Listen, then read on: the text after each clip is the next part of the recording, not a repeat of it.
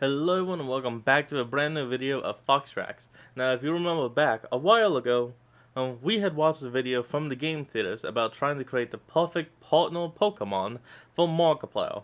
Because Markiplier had at that point just done a Pokemon Smash or Pass. Smash or Pass, that's what I meant to say. This is this is Matt's, this is Matt Pat's reaction to that reaction. But now we're gonna see you know what, I'm just gonna shut up and let's just watch the video. Alright, so Mark just uploaded his reaction to my perfect Pokemon. Really excited. Alright, here we go. Here we go. Ladies and gentlemen, I present to you Markiplier's perfect Pokemon. Alright. I have to say, no matter what Mark thinks, this turned out great. It's awesome. Turned out so well. It was a really good mon. It's uncomfortable watching him analyze it. Okay, getting in on the details. Sure. Yep.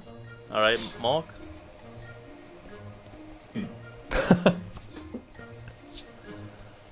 What you got to say? Pass. What? He probably just did that just to get at Matt's feelings.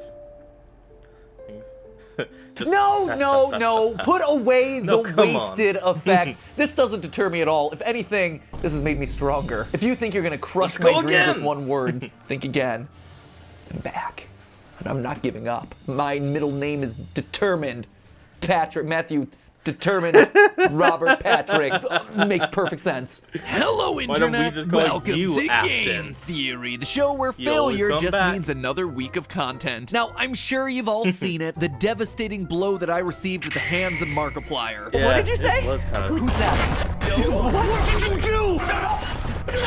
Choose whether. Right, Markiplier in space. No, not him phasing me out of existence in Space Part 2. Something far worse. He refused to smash my Pokemon. Pass. Pass? What do you mean, Why? pass? I calculated everything so perfectly. Yeah, I spent out of hours going through everything. your video, looking at every detail, every shape, every color. I even analyzed your this. facial expressions to gauge your reactions, and I followed that data to Look. a T. And you pass. Because you seem to assume things that aren't even there, no matter what I say. I have integrity. Unlike some people. Matthew, Patrick. I refuse to accept that. To catch everyone Yeah, up, fine. after Markiplier released a video where he smashed or passed on every Pokemon in existence, I thought it'd be fun to Yeah. crunch the numbers, see what trends emerged in the data, Like, and look at from this. there design his perfect Pokemon. Yes, it is What now a should have fact been that I the have perfect data Pokemon. sheets, plural, as well as charts and graphs saved to my computer dedicated to what fictional creatures a fellow content creator finds smashable. I'm not Like, weird, come on. you're the weird one. We then took that data set and collaborated with an artist to capture everything that seemed to light a fire under his Flareon. A purple mammal with a instead- generally rounded face, sultry eyes, long, strong, head-crushing Nice. legs, and a suggestion of psychic powers and femininity. And thanks to you all, it had a name actually too. is really After sifting nice. through the comments, Twitter, and the Game Theorist subreddit, there was one name that I kept seeing time and time again, with a good number of upvotes to Here boot. we And go. so our Pokemon will now and forever be known as Neferkitty. Love it. Thank you to Neferkitty. everyone Oh, for the that's actually suggestion. amazing. Anyway, I get Neferkitty it. literally ticked every box. And yet you, Mark, had the audacity to pass. And then literally 4 days later, your next video Look, was you getting look, all hot and look. bothered over a giant Egyptian cat lady. Oh, you big. Oh, you big lady. Look! Matt! I mean, Hey. Mark! Look at the two. The look. similarities are uncanny. But no, Auntie It's Nyan right Nyan got the there. smash and we got passed. Well, I call foul. Or Foul feline, I indeed. guess, since they're cats. Seriously, Matt, thank you so much. I'm sorry I didn't smash your perfect Pokemon. Your Oh, perfect sure. mon. Laugh it up atop your throne of lies. Because the joke's on you, Mark. I'm not done. If you think you can crush me with one word, think again. Have you seen how many times I've been wrong about FNAF? Your go for rejection it just again, makes Matt. me more determined. So I did what any sane person would do. I went back to those same tables and spreadsheets, reanalyzed the data, and brought in an artist to have one more attempt to appease Mark's Here we strange go. Pokemon desires. And what do you do with your free time? let's quickly reestablish all the traits that we saw in Markiplier's dataset. From a visual standpoint, he showed a preference for Pokemon that were either humanoid, mammal, bug, or bird. 15 out of the 73 that he chose to smash had purple as their primary color, with black and pink tied for a close second. This also aligns with a strong typing preference for psychics. Shape-wise, he liked rounded head shapes coupled with pointy features like beaks, claws, talons, or spikes, because he's definitely not a masochist. Markiplier also gave big reactions to Pokemon that had traditionally feminine features, and he specifically called out their big, strong legs. How many times have I said, I want a woman that could crush my head in between her thighs? Finally, he skewed towards Pokemon that were in the final step of their multi-part evolutionary line, with height landing somewhere between 4 foot 5 inches tall and 5 foot, so 1.35 to 1.53 meters. There were a few other things mixed in there too, but they don't really play a huge part in the overall physical design. Last time we decided to go with a mammal for our base design, as we felt like that gave us the most flexibility to work with, but that may very well have been part of the problem. There are many mammals out there in the world, all of which look very different from each other. A cat is nothing like an elephant, and an elephant is nothing like a whale. The point is, the category was just too broad. So this time, I wanted to go with one of his other preference categories. Looking at the data, in addition to mammals, Mark also smashed a high number of humanoids, bugs, and birds. We decided to take humanoids off the table because we didn't really want to pay someone to draw sexy, almost humans. Bugs could have been fun, but looking at his bug choices, they seemed very meme-ish. I think he was choosing a lot of those for the lols, which left us making a bird Pokemon. Now, there is a huge variety within bird-type Pokemon. After all, I'm not entirely sure what this thing is really supposed to be, but on the whole, birds in the Pokemon world do remain relatively similar, sharing key features like beaks and talons. Features which we know appeal to Mark's masochistic side. So, with that as our base, I felt pretty darn confident that this time we'd be able to hit a home run. From there, I also wanted to draw some inspiration from a data point that didn't really make it into our final design last time. During that video, I briefly mentioned that Mark had a thing for Generation 7 Pokemon, considering that this was where most of his smashes came from, 16 in total. As a reminder, Gen 7 was the era of Sun and Moon, games that took place in the Alola region, Pokemon's version of Hawaii. He even specifically smashed 2 bird Pokemon from that region, Oricorio and Decidueye. Considering that Mark is originally from Hawaii, maybe these Pokemon were tapping into some subconscious desire related to the place of his birth. So this time around, I wanted to find a way to include some more Hawaiian elements into the overall design, starting with what bird to base it on. Hawaii has its fair share of native bird species, but during our process, we all fell in love with the honey creeper, a species that comes in a variety of colors and beak shapes. Now, I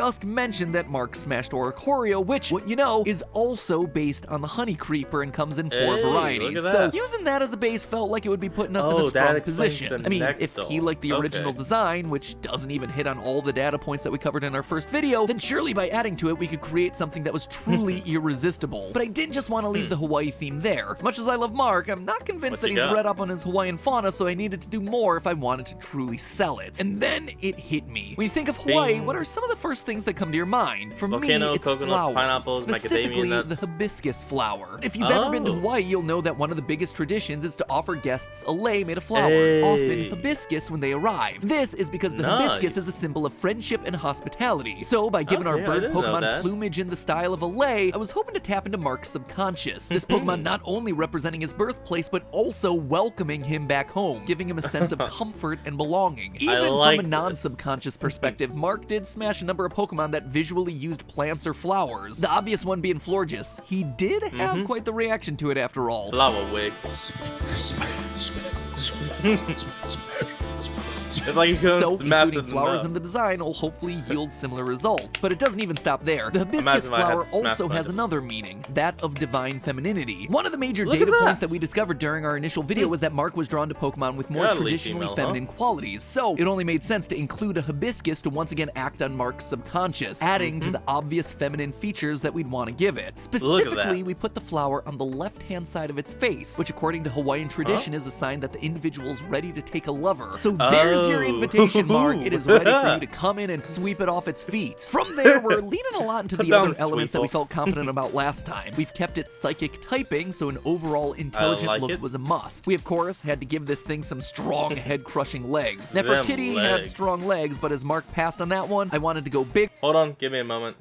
So, for that, just ignore it. Let's go. bigger, I wanted to go stronger, I wanted to go pointier. So there was no question what this thing was going to be capable of. Bulging leg muscles, talons that could really hurt once they dug in, and some knee-high boot-styled feathers for the perfect step-on-me vibes like we saw from Mark's original top 3 picks. For color, we once again wanted purple to be the primary, because that was obviously Mark's favorite based on the data. But with our new Honey Creeper inspiration, we wanted to do something that leaned more on the lighter side. Last time we stuck with darker, more dusty purple tones, but Honey Creepers are brightly colored with strong black accents around the eyes and wings, and considering Mark's second favorite color was black, that was going to work well for us. Speaking of eyes, we also wanted to add an air of confident mystery to this design, something that said strong and seductive, but also unobtainable. So we had our Pokemon front-facing, but we specifically kept one eye covered, giving it that strong seductress look, but also making you curious as to what it could be hiding. And of course, I've already mentioned the flowers, but those also needed to be bright and colorful to match the Hawaiian feel that we were going with. Something that would contrast with the purple nicely, but also feel natural for a Honey Creeper. So, you got all that? You have an understanding visually of what this thing is going to look like? Well, with all those pieces in place, I present to you Markiplier's new perfect Pokemon.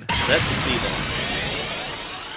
It's beautiful. Wow. Mark, if you are not into this one, then I know you must be trolling me at this point. Look at it. The power, the mystique. Why is it hiding its eye behind those beautiful feathers? What psychic power does this thing truly hold? Joking aside, I think more than anything, this taught me, and hopefully taught you too, how many small details go into a design like this. Everything from the animal inspiration, the overall shape, color, length of features, expression, shading, all of it trying to tell a complete story of who this creature is in one still picture. And now, go and repeat this 150 more times and you've got yourself a generation of Pokemon. It's no wonder they make some of these things vanilla ice cream cones. They are just exhausted by this process. This took us a couple weeks of back and forth with our artist. Just to give you an idea, here's a few of the dozens of samples and iterations that we tried before settling on this one. Look at how the small changes in posture and shape make such a big difference in the look and feel of the Pokemon. And I think that there's still more we could have done. That's just the trick of creative stuff like this. It can cycle in on itself, constantly being refined and perfected, but I think for our overall mission, it feels based on the data like we ticked every single box. This is truly everything that Markiplier could have possibly wanted. Well, almost everything. You see, this whole time we've been relying on the data, but maybe that's the real problem here. Maybe the moral of the story is that data can't always solve everything. That some things just can't be quantified. That sometimes you need a bit of the human touch. It's actually something that I talked about over on Film Theory in our episode Trying to Save Netflix. Just like algorithms can't form the perfect show, so too can algorithms not design the most smashable Pokemon. So, you know what? I went in and threw away my checklist, I scrapped the numbers, and I trusted my gut. Knowing everything that I know about Mark, I made what I guarantee to be his perfect, irresistible Pokemon. Just try to pass on this one. Here we go. All struck 2.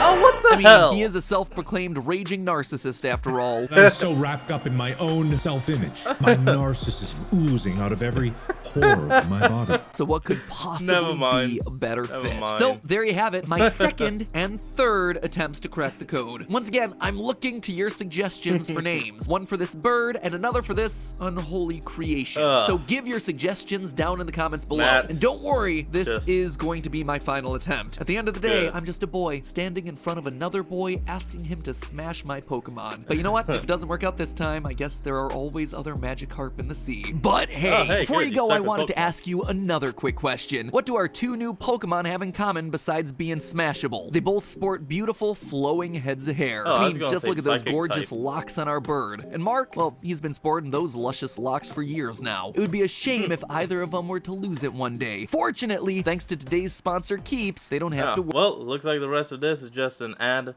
about Keeps the health stuff. So I'm gonna go ahead and end off today's video. So I want you all to remember to like, comment, and subscribe for more. Down in the description will be a link to the original video, so remember to support the original creator and all they do. And help name this new Fakemon for Markiplier. Oh, because, you know, he's gonna see this and he's gonna, well, smash them. Well, hopefully. Anyway, see all of you next time. Peace out.